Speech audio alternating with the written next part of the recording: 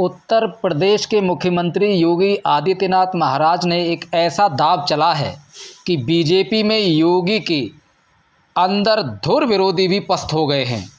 उत्तर प्रदेश में लोकसभा चुनाव में बीजेपी की हार की वजह योगी को बनाकर योगी का विरोधी गुट सीएम योगी को उत्तर प्रदेश से किनारे करने में जुटा था।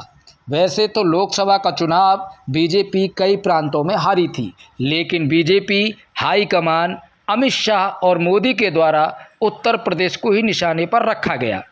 बीजेपी दिल्ली हाईकमान द्वारा पहले से ही योगी को कमज़ोर करने के लिए डिप्टी सीएम बनाकर केशव प्रसाद मौर्य को बैठाया गया था। केशव प्रसाद मौर्य ने मौका देखकर चौका मारने की पूरी कोशिश की और कह डाला, संगठन सरकार से बड़ा होता है, कहकर योगी आदित्यनाथ को खुलेआम चुनौती दे डाली। क्योंकि केशव प्रसाद मौर्य के कंधों पर बीजेपी हाईकमान के अमित शाह का हाथ था, इसलिए वो खुलकर योगी के खिलाफ बैटिंग करने लगे। फिर दिल्ली जाकर अपना पूरा खेल मजबूत कराए और अपने लिए बड़े पद की भी मांग कराए।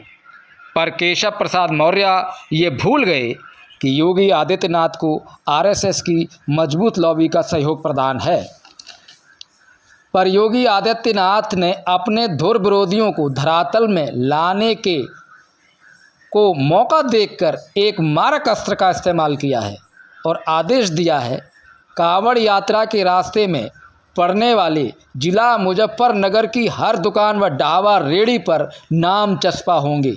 इस आदेश से एक ही झटके में योगी ने कई करोड़ कांवड़ियों और उनके परिवारों को अपने पाले में कर लिया है। इससे आरएसएस संगठन भी गदगद है।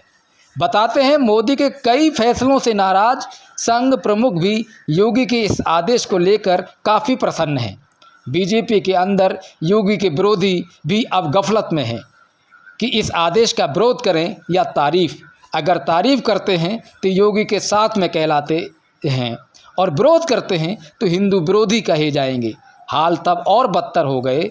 तब समाजवादी पार्टी प्रमुख अखिलेश यादव ने केशव प्रसाद मौर्य को मानसून ऑफर दे डाला, 100 विधायक लाओ, अपनी खुद की सरकार बनाओ।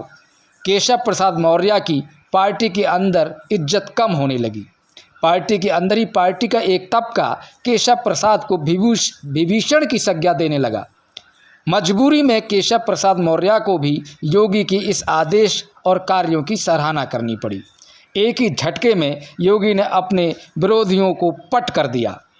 पहले से साइड में पड़े बीजेपी के मुस्लिम नेता मुख्तार अब्बास नकवी ने इस फैसले पर अपना विरोध दर्ज किया था, पर सोशल मीडिया तथा बीजेपी के अंदर नकवी का ही विरोध होने लगा।